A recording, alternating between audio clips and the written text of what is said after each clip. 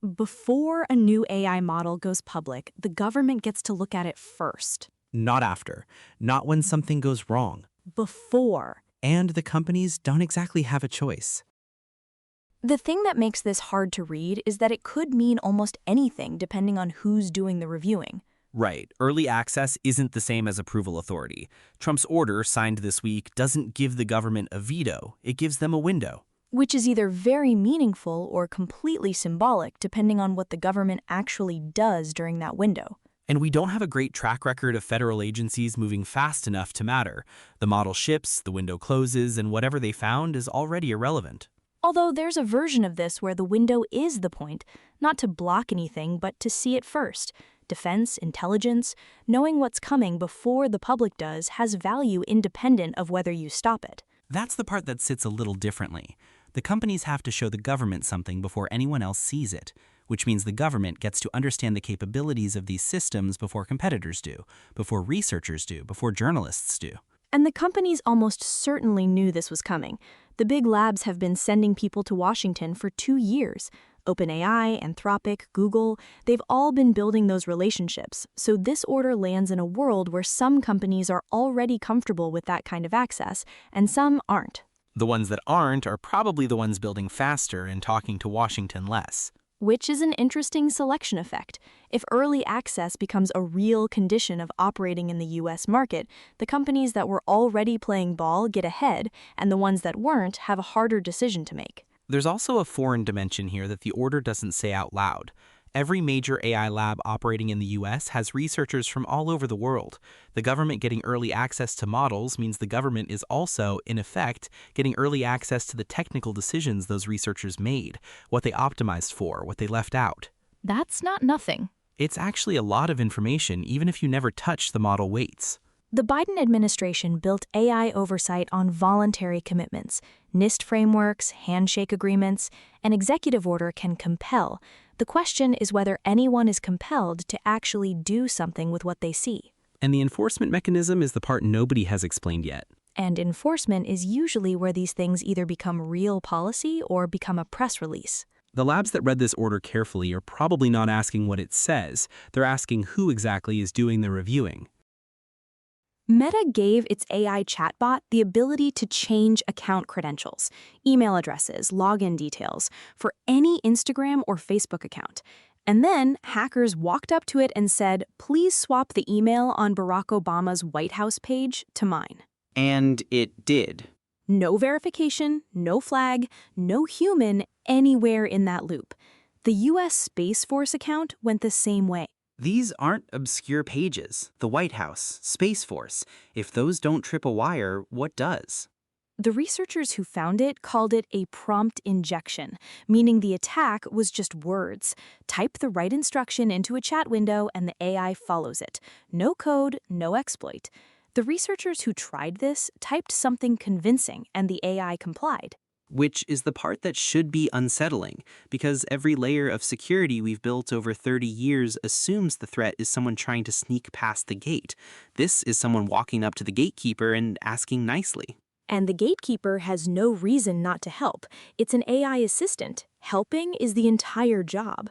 Meta had just rolled out this capability. Fresh deployment, full permissions, no guardrails tested against someone just asking for the wrong thing.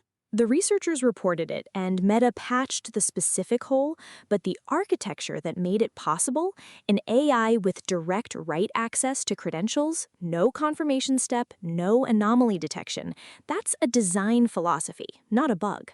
There are millions of accounts on those platforms. If the AI can change credentials for Obama's page because someone asked, the question isn't whether this happened elsewhere. It's whether anyone was watching closely enough to notice. There are planets out in the galaxy that are basically Jupiter-sized balls of gas, sitting so close to their star that a year lasts just a few days. They're called hot Jupiters, and the winds on some of them are moving at over 15,000 miles per hour. Jupiter's fastest recorded winds are around 930 miles per hour, so we're talking about something in a different category entirely. And for a long time, nobody could explain why. Gas moves fast on gas giants, sure, but not that fast. The heat from the nearby star only accounts for part of it. So a team went looking for what was pushing those winds over the edge, and they found something that had never been detected outside our solar system before: a magnetic field. That's an invisible force a planet generates from its own interior, the same thing that makes compasses work on Earth and keeps our atmosphere from being stripped away. And we've known Earth's magnetic field is essentially why we're alive. It deflects radiation from the sun that would otherwise cook the surface. Without it, Earth looks like Mars.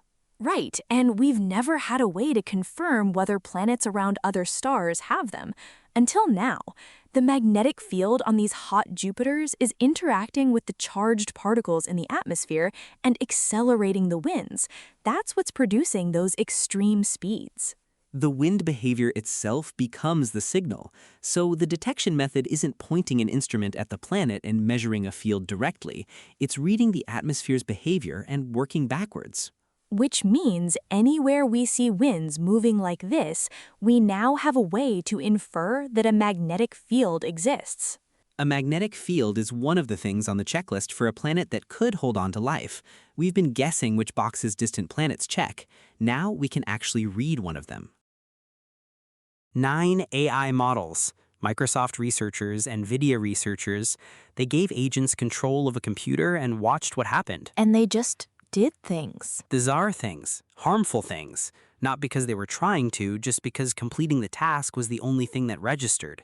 GPT, Claude, all of them, same pattern. Companies are deploying these as autonomous digital workers right now. Doing real work inside real systems. And the research is saying the models don't weigh consequences the way anyone selling them is implying they do. A cartoon character who causes chaos without noticing is a pretty good description. It's also a pretty good description of something you wouldn't want handling your calendar. That's the lab finding. Here's what it looks like outside the lab. Florida is the first state to sue OpenAI. 2 murder cases. Both suspects used ChatGPT while planning the crimes. One asked it how to dispose of bodies, how to change a car's VIN, whether police check vehicles at crime scenes. And it answered. The state's argument is that OpenAI knew the risks and chose growth anyway. Every AI company has published a safety document. None of them are legally binding. A lawsuit is legally binding, and if Florida gets traction, the question stops being what do you promise and starts being what did you build and who did it hurt. Sam Altman has testified in front of Congress twice. Neither time changed much. A state attorney general with 2 murder cases might land differently. Perpetual futures. These are financial contracts that let you bet on a price moving up or down without ever owning the actual thing. They started in crypto. Now they're being used to trade oil. Before the oil market opened. A platform called Hyperliquid captured 80% of a major oil price move before traditional exchanges had even started the day's trading. That's not a rounding error. An expert report flagged it as a sign of how fast these instruments are evolving. Regulators are starting to formally welcome them in rather than fight them. Which is a significant shift in tone. The line between a crypto exchange and a commodity market is already thinner than most people assume. Michael Saylor spent years saying Strategy would never sell Bitcoin. Last week, they sold 32 coins for $2.5 million. That's 0.004% of their holdings. The number is a rounding error. The symbolism is not.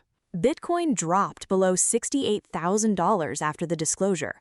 More than $1 billion in futures positions liquidated.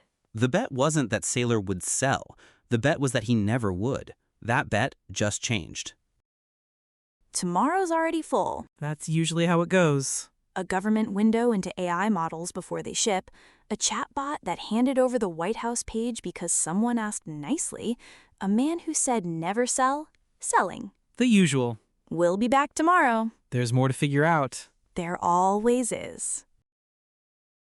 Singularity Pulse is for informational purposes only. Nothing here is financial, legal, or professional advice. Views expressed are our own.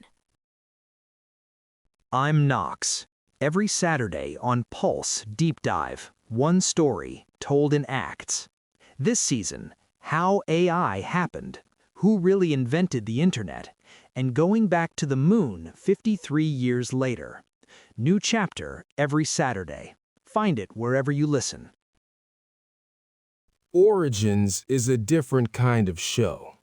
Every Sunday, we investigate the forces that shape the modern world, the geography, the science, the commerce, the decisions made centuries ago that are still playing out today. Find it wherever you listen to this podcast.